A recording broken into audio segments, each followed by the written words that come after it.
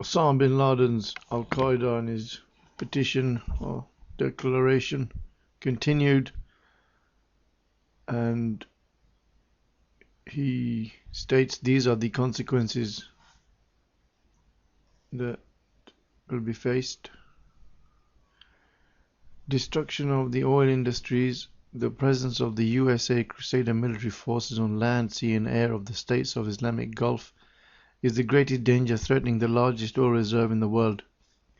The existence of these forces in the area will provoke the people of the country and induce aggression on their religion, feelings and pride, and push them to take up armed struggle against the invaders occupying the land. Therefore, spread of the fighting in the region will expose the oil wealth to the danger of being burned up.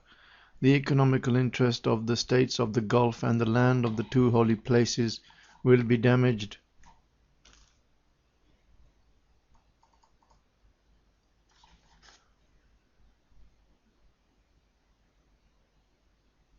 And even greater damage will be caused to the economy of the world. As if there is great care in what they're doing, that they care about the economy of the world. Was this declaration before the Twin Towers went down or after the Twin Towers went down, I'd like to ask.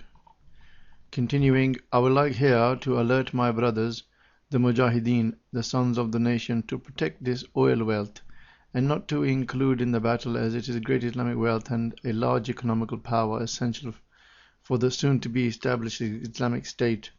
By Allah's permission and grace, we also warn the aggressors, the USA, against burning this Islamic wealth, a crime which they may commit in order to prevent it at the end of the war from falling in the hands of its legitimate owners, and to cause economical damages to the competitors of the USA in Europe or the Far East, particularly Japan, which is the major consumer of the oil of the region. Kind note, I'd like to add all things are given in the hand of Isa ibn Maryam. And his point 6, division of the land of the two holy places and annexing of the northerly part of it by Israel, dividing the land of the two holy places, is an essential demand of the Zionist Crusader alliance.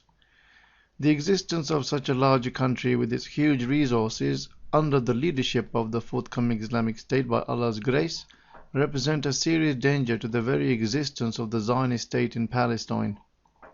The noble Kaaba, the Qibla of all Muslims, makes the land of the two holy places a symbol for the unity of the Islamic world. Moreover, the presence of the world's largest oil reserve makes the land of the two holy places an important economical power in the Islamic world. The sons of the two holy places are directly related to the lifestyle seerah of their forefathers, the companions, may Allah be pleased with them.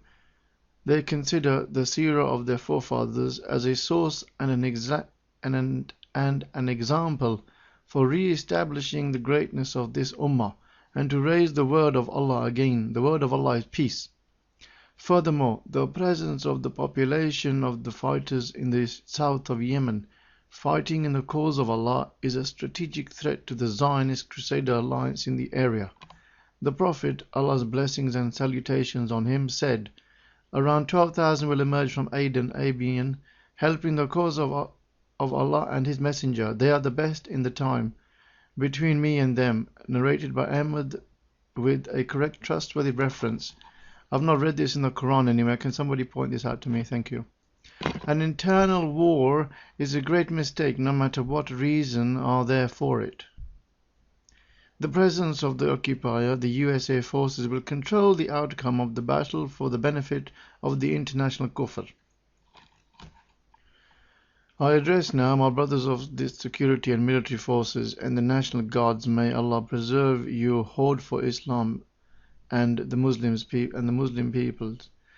O you protectors of unity and guardians of faith, O you descendant of the ancestor whom carried the light torch of guidance and spread it all over the world, O you grandsons of Sayyid ibn Abi Waqqas, Al-Muthana ibn Haritha ash-Shaybani, Al-Gagaga ibn Amru al-Tammi, and those pious companions whom fought jihad alongside them. Well, they're not in the Quran, are they? You competed to join the army and the guard forces with the intention to carry out jihad in the cause of Allah, raising His word, and to defend the faith of Islam and the land of the two holy places against the invaders and the occupying forces. That is the ultimate level of believing in this religion, deen. Yes, to help truth prevail is ultimate, and see falsehood vanquish, the thief chop his hands off. But the regime had reserved these principles and their understanding, humiliating the Ummah and disobeying Allah. Half a century ago, the rulers promised the Ummah to regain the first Qibla. Is this written in the Quran? I've not read it anywhere. But 50 years later, a new generation arrived, and the promises, and is this promise in the Quran? I've not read it anywhere, have been changed. Al-Aqsa Mosque handed over to the Zionists, and the wounds of the Ummah still bleeding there. At the time when the Ummah has not regained the first Qibla and the route of the journey of the Prophet, Allah's blessings and salutation may be on him, become upon him. And despite of all the above, the Saudi regime had stunted the Ummah in the remaining sanctities, the holy city of Mecca and the mosque of the Prophet, Al-Masjid Al-Nabwi, by calling the Christian army to defend the regime.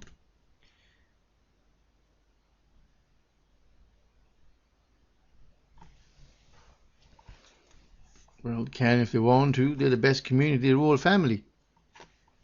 If that's what they think is the right course, then they can do this. We can't argue with that.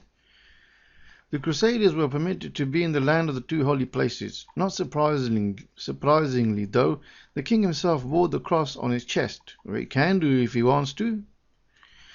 We can't say anything. It's a royal family, isn't it? The country was widely open from the north to the south and from the east to the west for the Crusaders. The thief chop his hands off. Oh, kind note from me that was. The land was filled with military bases of the USA and the Allies. The regime became unable to keep control without the help of these bases. You know more than anybody else about the size, intention and the danger of the presence of the USA military bases in the area. The regime betrayed the Ummah and joined the Kufr, assisting and helping them against the Muslims. It is well known that this is one of 10 voids of Islam, deeds of